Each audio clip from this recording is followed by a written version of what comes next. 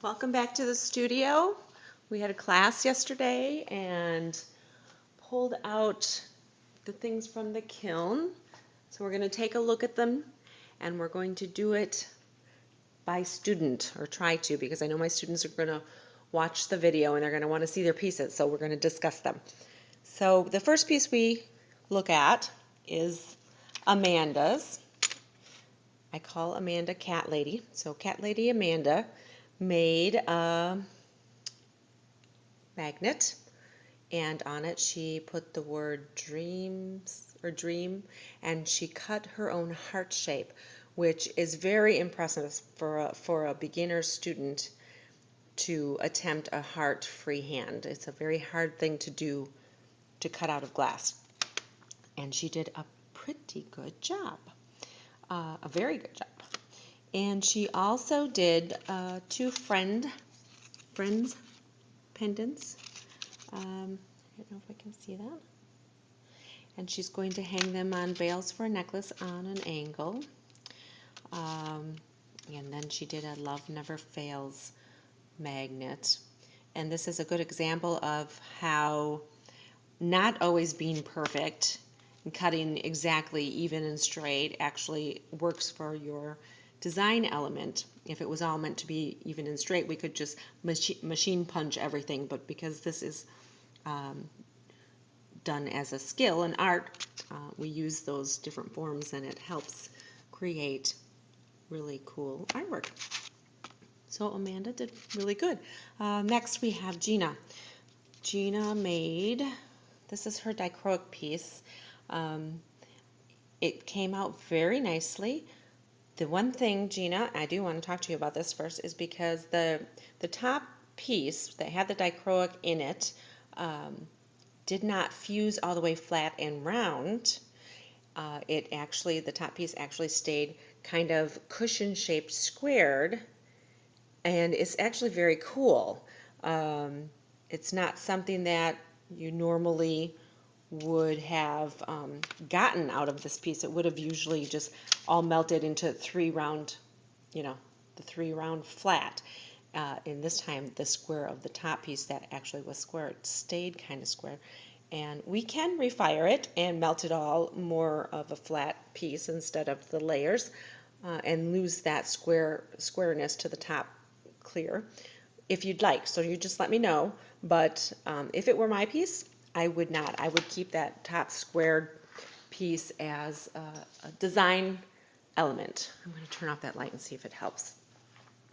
Okay, so let's look at that again.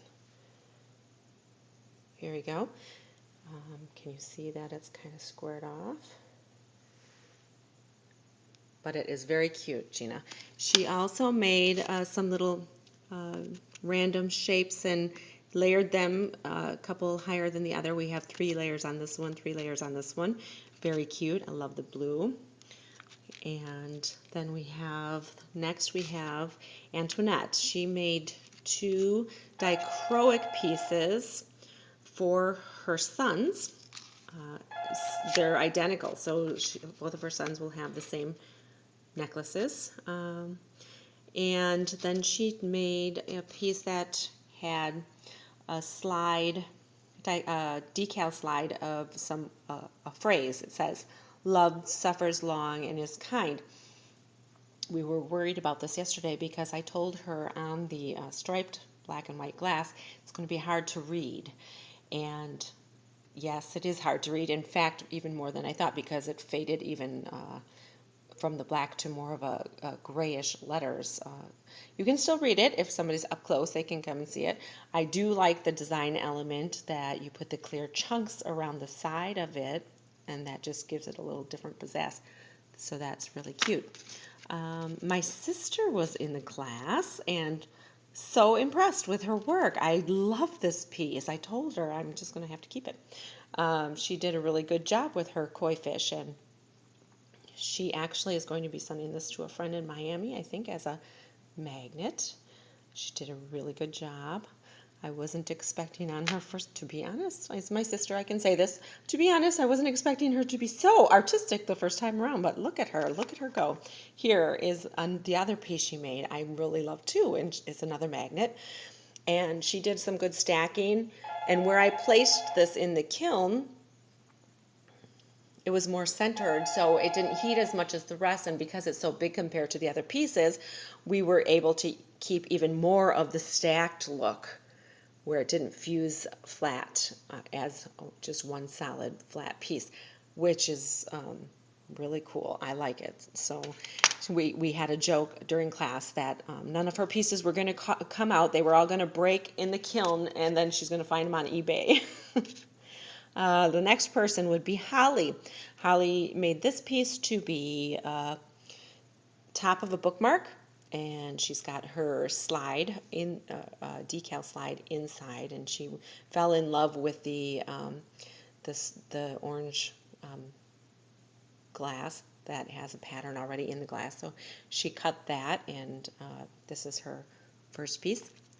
And then she decided to use that type of glass again and added a transparent blue to the back, and this is her second piece.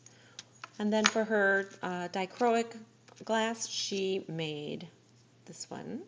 Let's see. Very nice. Holly, it turned out really nice. Okay, so moving on to Charmaine. I have two Chars in the class, so this one is Charmaine.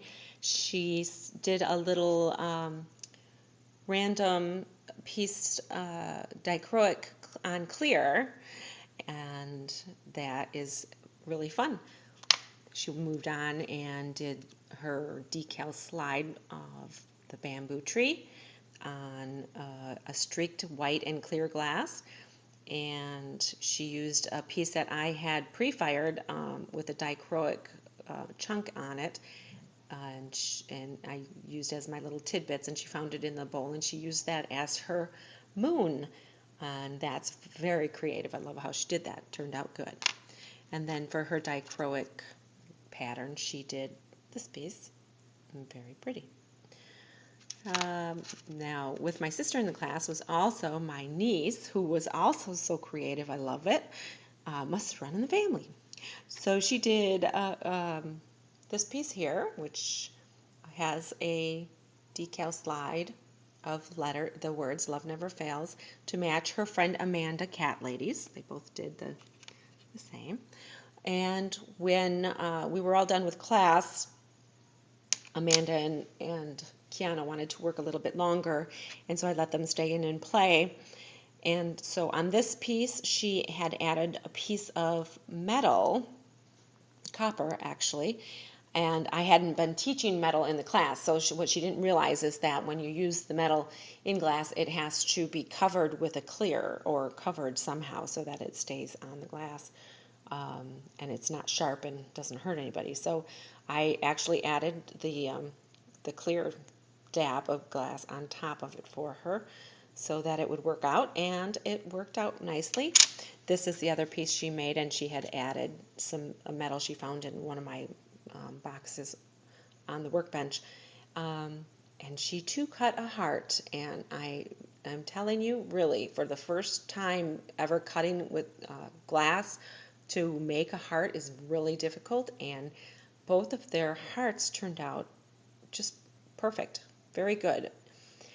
She originally had two of these metal squigglies in a row, not realizing that she had to cap them with glass. Lucky I looked in the kiln to see what she was doing before I started it. And I removed the one because I wouldn't have been able to cap it all without interfering with this little design element she had here. So I removed one and capped the other, and this is a magnet, and very, very creative magnet. Who's next? We have Charlene. Charlene cut a rectangle and used it looks like she used a transparent green stringer in there, and when it fused, it did a nice job.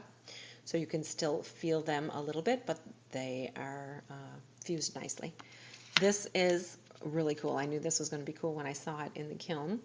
Turned out really good, Char. Love it. Did a good job. Very creative. And I also like the way she picked her decal slide spirit, the word spirit, and added it to this particular color of clear with the green and then added the pink on it. Really cute. Okay, now we have Lynn. Lynn did just some abstract adding of colors, nice layering effects. Turned out really nice. She planned on using this as a pendant, so she thought ahead and dropped them down a little bit, and the bell will go on top here. All turned out good. You still have some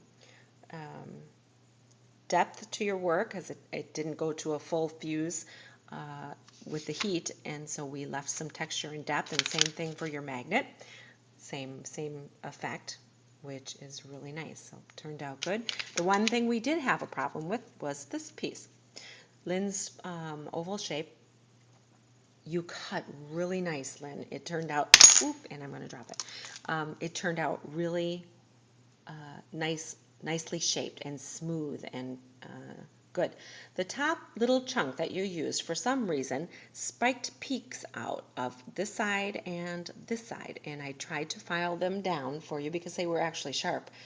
And after filing them, I'm not liking the way it looks because I can see the dullness of where I filed the glass in the two spots because I had to take it down that far. And so what I'm going to do is I'm going to run this through my next kiln run, and we're going to flatten that out, and it'll bring it right back to a fire polish, so it'll be glossy like everything else, and it'll actually get a little smoother for you. We might lose some of the depth on this one once we run it again, but it's not a problem at all. That will work out fine. It just will take you a little longer to get your pieces. I'm sorry, but sometimes that happens, and we're just going to run it. I had room in the kiln, so I decided to add some of my work in there. Karen is someone who's been so patient with me trying to get these letters correct for her. So I did my third try, and here is what we came up with. I have 3 out of the 4 letters looking very gold. And I added 2 strips of dichroic, or I'm sorry, iridized glass on the sides, iridized on black, onto the purple glass, and I ran the letters down the middle. And if you like this effect for your finished piece, let me know.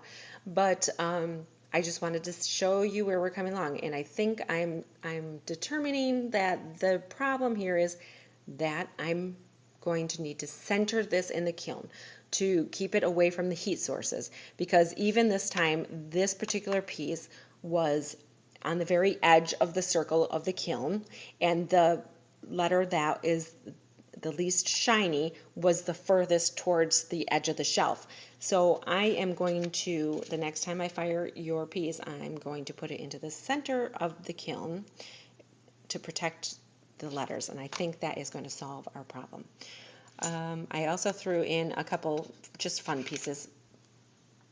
This is a iridized on black stripe pendant. It turned out really cute. I did a little gecko guy. I don't know if you can see him very well, but he's in there, and he's changes a little bit as you turn him, just sparkles a little bit. He's a green little guy on the black glass.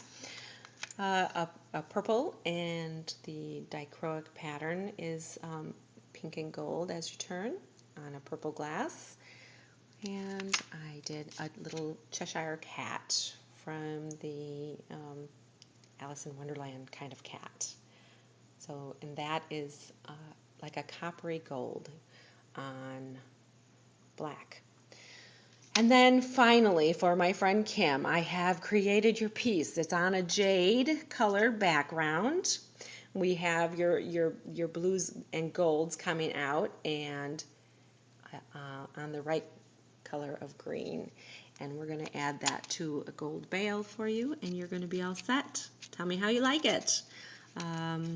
Just send me a quick email, and we'll get that all situated for you. Girls, I had a great time in class. You guys were so much fun and so creative. I hope you love your pieces. I'll get them all put together and have them sent on their way, and you'll get them in the mail in a few days. Thanks for joining me.